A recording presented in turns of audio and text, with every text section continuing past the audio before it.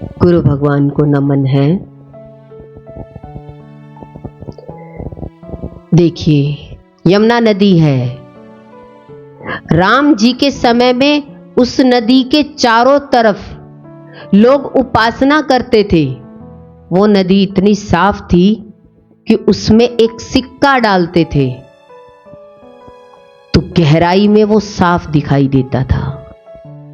आज वही यमुना नदी है, उसके चारों तरफ कोई परमात्मा का नाम नहीं लेता तो अंधकार दिखाई देता है।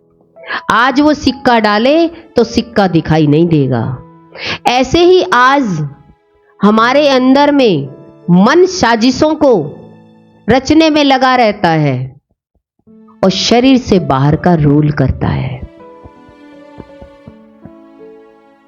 मन में साजिश चल रही है और चाहते हैं हमारे अंदर में भगवान का दर्शन हो जाए। कैसे हो सकता है?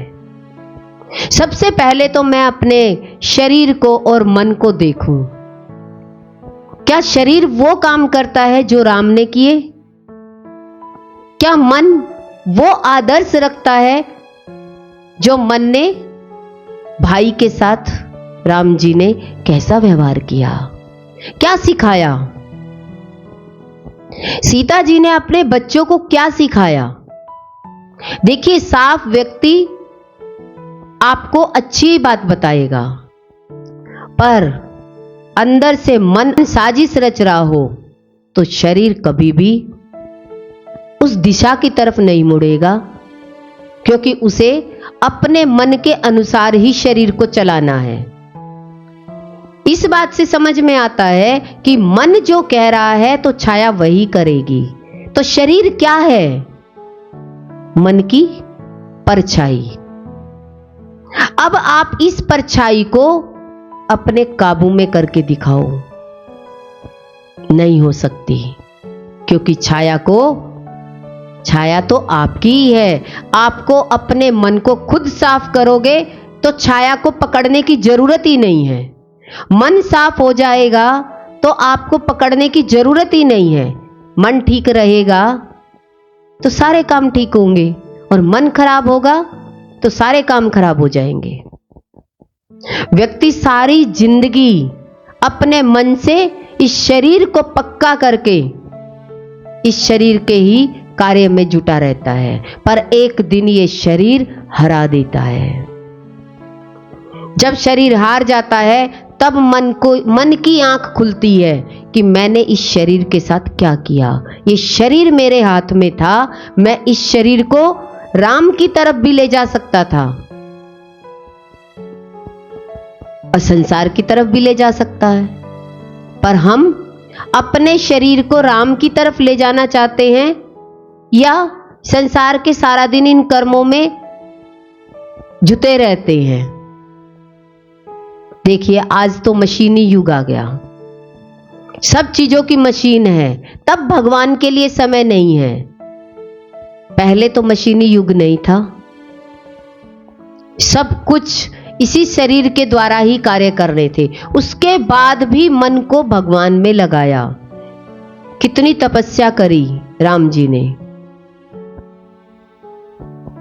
हम भी अपने जीवन में देखें कि इस मशीनी युग में तो हमारे पास भगवान का नाम लेने का समय ही समय है, पर ये मन इस शरीर को भगवान में बैठने नहीं देता। बाहर की दिशा दिखाता रहता है, अभी तो ये करना है, अभी तो ये करना है। सब इंसान यही करते करते चले जाते हैं, ये करना है, ये करना है, पर आपके मन को भगवान में लगाने से ही, भगवान के आशीर्वाद से ही तो आपके शरीर के कार्य संपन्न होंगे, नहीं तो सारे काम अधूरे रह जाएंगे। कहते हैं एक व्यक्ति तो अपने सारे काम पूरे करके गया और एक व्यक्ति अपने सारे काम अधूरे छोड़ के गया। 84 लाख योनियों में मानव चोले को ही भगवान का नाम लेने को कहा जाता है। इसका मतलब यही योनि है जिसमें हम भगवान का नाम ले सकते हैं। पर आज की जिंदगी में देखें तो व्यक्ति कितना भगवान का नाम लेता है। जीत तो परमात्मा की है। परमात्मा सत्य है, ब्रह्म सत्य है, जगत मिथ्या है। पर ये किसको समझ में आती है? इसीलिए ज्ञान के लिए गुरु की जरूरत है। गुरु हमें यही पक्का कराते हैं कि शरीर का अहंकार लेकर मत बैठो। पर हम कहां गुरु की बात मानते हैं? कहां मन ये गुरु की बात मानता है? ऊपर ऊपर से गुरु, शरीर भाव पक्का, तो दुख इस शरीर और मन को ही होता है। किसको होता है? ये मन ही दुखी होता है और फिर मन इस डायरेक्शन देता है इस शरीर को कि इस शरीर के साथ ऐसा क्यों हुआ। तो गुरु हमें यही समझाते हैं कि इस शरीर के साथ ज्यादा इच्छाएं और कामनाएं और वासनाएं अपने जीवन में इकट्ठी मत करो। जितना है उसका शरीर में उतना लगाइए, बाकी अपने इस शरीर को भगवान में लगा दीजिए। आप कहेंगे मैंने इतना किया, कोई लाभ नहीं मिलेगा। आखिरी में एक दिन समय आएगा कि हमारे साथ धोखा हुआ। देखिए, शरीर भी यही कहेगा कि मेरे साथ धोखा हुआ, मन भी यही कहेगा मेरे साथ धोखा हुआ। पर गुरु तो यही कहते हैं ये दोनों पड़ोसी आपके दुश्मन हैं। आत्मा के ये दोनों पड़ोसी दुश्मन है। अरे इन दो दुश्मनों से आप प्यार करते हो, दुश्मन से क्या कर रहे हो? क्या कर रहे हैं हम? दुश्मन से तो प्यार है ना, शरीर से तो प्यार है ना। क्योंकि शरीर से हम क्या कहते हैं? ये मेरे इतने काम आता है। काम ही तो आता है। कितनी देर? एक दिन ये आपकी दोस्ती छोड़ देगा, छोड़ के जाएगा। कितना मन को पक्का कराओगे? ये शरीर पक्का है, ये मेरा रिश्ता पक्का है, ये रिश्ता टूट नहीं सकता। ये भ्रम है। रिश्ता कभी भी टूट सकता है। टूटने के बाद भी मन रस्सी को सांप समझ रहा है। आज भी मन रस्सी को सांप समझ रहा है। आज भी अपने शरीर से यह पक्का नहीं किया कि मेरा शरीर भी झूठ का है। दो दुश्मन आपस में क्या सलाह देंगे एक दूसरे को?